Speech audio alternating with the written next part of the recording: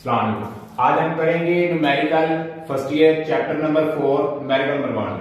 सबसे पहले पढ़ते हैं ये न्यूमेरिकल नंबर में क्या कहा गया है, क्या चाहता है। A man pushes a lawn mower with the 40 force directed at an angle of 20 degree downward from the horizontal find the work done by the man as he cut a stripe of grass 20 metre. यानी इसमें कहा गया है, यानी एक किसान है, एक शख्स है जो कि घास काट रहा है। यानी एक मशीन है, मशीन से घास काट रहा है और जो कि उसका एंगल है वो कितना है, हमारे पास है 20 डिग्री है।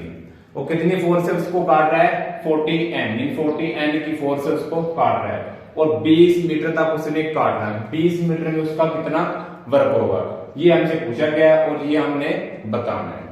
अब हम चलते हैं इसके डाटा की जानब। हमारे पास फोर्स कितनी है, 40 एन यानी 40 न्यूटन मीटर दिया गया है। अब एंगल हमारे पास कितने एंगल से लगा है, कितने एंगल से उसको काट रहा है, वो है 20 डिग्री। अब डिस्टेंस कितने से, यानी कितने डिस्टेंस तक जाना है, वो 20 मीटर तक हमने काटना है। उसमें 20 मीटर तक जाते जाते कितना वर्क, कितना हमें काम करना पड़ेगा। हमारे पास वर्क का फार्मूला होता है F D cos theta. F D cos theta work is equal to F हमारे पास 40 है, डी हमारे पास क्या है 20 मीटर है और कोस मेरे पास क्या है, कोस 20 डिग्री। ठीक है, यानी कोस वैसे आ जाएगा और थीटा में 20 डिग्री आ जाएगा। अब इसको कैलकुलेटर पे हल करने के बाद मेरे पास वैल्यू कौन सी आएगी, क्या वैल्यू आएगी, वो 7.5 क्रॉस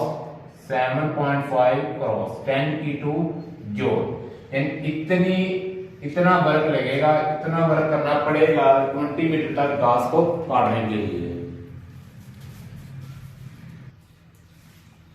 नेक्स्ट न्यूमेरिकल हमारे पास चैप्टर नंबर 4 का 2 अरेन drops m is equal to mass square 3.35 cross 10 की -5 kg falls vertically at a constant speed under the influence of force of gravity and friction in falling through 100 meter. How much work is done by gravity and friction?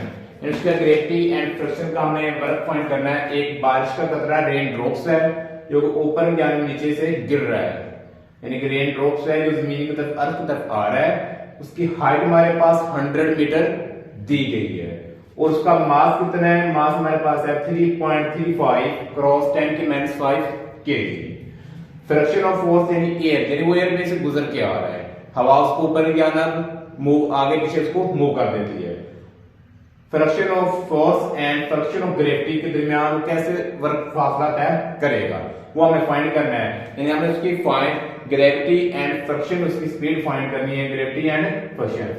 अब हमारे पास जो data given दिया गया है, यानी rain drops का मास हमारे पास है 3.35 क्रॉस 10 की -5 kg। हाइट हमारे पास यानी कितनी हाइट से वो आ रहा है, वो मेरे पास है 100 मीटर। ग्रेविटी मेरे पास कितनी है, जी की वैल्यू आपको पता है 9.8 ms इनवर्स 2 होती है। Work of gravity and work of friction हमने फाइंड करनी है। सबसे पहले हमें पता होता है कि इसका फार्मूला हमारे पास क्या होता है, W is equal to F D cos theta. W is equal to F D cos theta.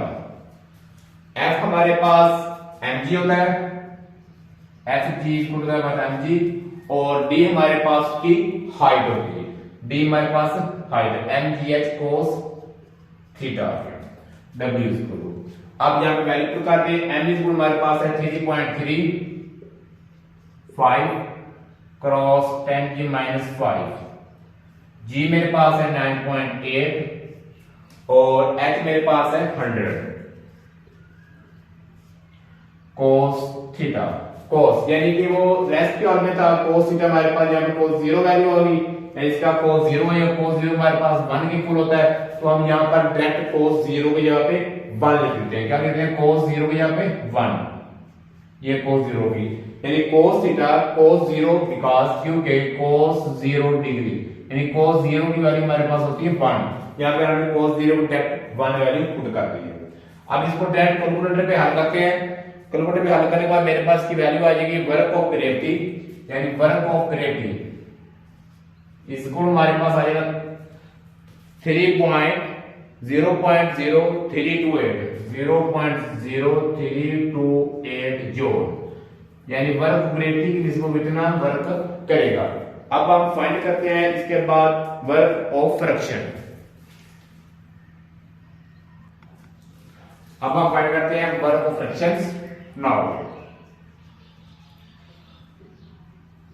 Work of friction in FR, work FR वही फार्मूला लगेगा mgh cos थीटा। यहां पे थीटा की वैल्यू हमारे पास 180, क्योंकि दोनों ड्रॉप्स नीचे क्या डाउनवर्ड आ रहा है, यानी डाउनवर्ड आया तो ये 180 का एंगल बनेगा, 180 डिग्री की वैल्यू है। तो cos 181 तुम्हारे पास आ जाएगा mgh। तो डायरेक्ट हम mg की h की वैल्यू पुट करते हैं यहां पर, इक्वल आगे कर देते हैं उसके mgh। मेरे पास mgh की जो यही बचेगी, cos 1 आएगा, mgh की यही आएगा, यानी हमारे पास यही आंसर इसका आएगा। क्योंकि डाउनवर्ड आ रहा है उसके साथ हम सिर्फ नेगेटिव का साइन लगा देंगे, यानी -0.0328 जूल। इतना वर्क हमारे पास वो फ्रिक्शन की सूरत में तय करेगा, -0.0328 जूल। हमारे पास दोनों वर्क यानी वर्क ऑफ ग्रेविटी में इतना वर्क करेगा और वर्क ऑफ फ्रिक्शन में इतना वर्क करेगा। ये माइनस को लगी तो ड्रॉप्स रेन ड्रॉप्स नीचे क्या में हरकत कर रहा है, डाउनवर्ड कर रहा है, इसलिए इसके साथ माइनस लगी है।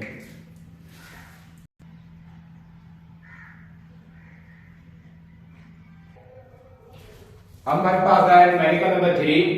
इसमें देखते हैं क्या कहता है। कहता है 10 bricks each 6.0 centimeter thick and mass 1.5 kg lies flat on table. How much work required to stop them one of the top of angle? यानी हमारे पास 10 ईंट्स दी गई हैं जिसकी लंबाई 6.0 सेंटीमीटर है एंड उसका मास कितना है 1.5 kg है। लाइज ऑन लेफ्ट टेबल, हमारे पास एक टेबल दिया गया है, टेबल के ऊपर एक ईंट पड़ी है जो कि पहले से पड़ी हुई है। उसका मास मेरे पास कितना होगा, वर्क कितना होगा उसका 0 होगा, यानी वो रेस्ट की हालत में पड़ी हुई तो उसका वर्क कितना होगा 0 होगा। तो इसके ऊपर हमने एक ईंट और रखनी है, यानी इसके ऊपर एक ईंट और रखनी है, उसका मास कितना होगा वो mgh आएगा। ठीक है, इसी तरह हमने 10 ईंट इसके ऊपर रखे जाना है, एक ईंट और रखेंगे उसका आएगा मेरे पास 2mgh। तीसरी ईंट रखेंगे तो उसका मास 2mgh, दूसरी रखेंगे mgh और पहली वाली का मेरे पास 0 आ जाएगा। इसी तरह इसको रखते रखते हमने 9 तक जाना है, यानी जब 9 ईंट रखेंगे तो हमारे पास उसका जो 10 ईंट रखेंगे उसका जो हमारे पास वर्क होगा या मास होगा वो कितना होगा 9mgh होगा। अब हम फाइंड करना है टोटल कितना वर्क करना पड़ेगा, ईंट नंबर 1 से लेकर 10 तक हमें टोटल कितना वर्क करना पड़ेगा वो हमें फाइंड करना है। मेरे पास डाटा दिया गया मास, यानी ईंट का जो मास है मेरे पास है 1.5, यानी कितनी बड़ी ईंट है जिसका मास दिया गया किलोग्राम है। हाइट कितनी है उसकी 6 सेंटीमीटर, यानी 6 सेंटीमीटर उसकी हाइट है। ईंट की हाइट कितनी है 6 सेंटीमीटर हाइट है। सेंटीमीटर को मैंने मीटर में कन्वर्ट कर दिया, कैसे, इसको 6 सेंटीमीटर से इसको 100 में डिवाइड किया तो ठीक किया 0.06 मीटर मेरे पास आ जाएगा। अब हमें टोटल वर्क फाइंड करना है।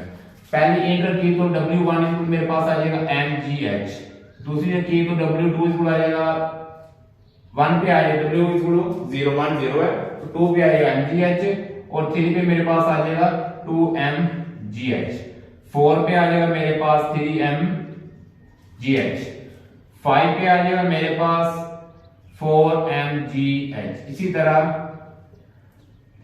9 पे मेरे पास आ जाएगा 8mgh और 10 पे आ जाएगा मेरे पास 9mgh। अब हमें टोटल वर्क फाइंड करना है, सिंपल इन सब को ऐड करना है, यानी W1 से लेकर W2 तक सबको ऐड कर लेते हैं। टोटल वर्क फाइंड करने के लिए हम इसको ऐड करते हैं।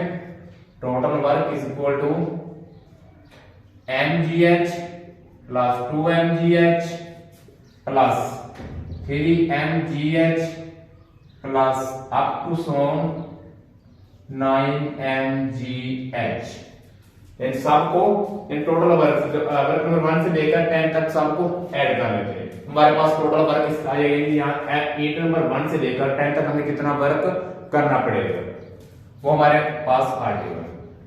Total work is equal to mgh में फॉर्मूला ले लेता हूं। अंदर वाले मेरे पास 1 plus 2 plus 3 plus 4 up to 9। तो ये सबको ऐड करने से मेरे पास बन जाएगा 45 यानी 45 mgh मेरे पास आ जाएगा। इसके बाद जो टोटल काउंट करेंगे 45 mgh करने के बाद इसकी वैल्यू पुट कर दें। मेरे पास m कितना दिया गया है 1.5 और g आपको पता है 9.8 होता है। हाइट मेरे पास 0.06 सेंटीमीटर दी गई है, मीटर दी, वो पुट कर दें 45। अब इसकी वैल्यू पुट करते हैं। m मेरे पास है 1.5 और g मेरे पास g की वैल्यू पता है वो 9.8 होती है और h मेरे पास दिया गया 0.06। मेरे पास टोटल वर्क क्या आ जाएगा कन्वर्ट करने के बाद मेरे पास है 40 जोड़ यानी 40 जोड़। इतना वर्क हमें करना पड़ेगा 8 नंबर 1 से लेकर 8 नंबर 10 तक। टोटल वर्क हमारे पास 40 जोड़ आ जाएगा। ये न्यूमेरिकल नंबर 3 ठीक है चैप्टर नंबर 4 का।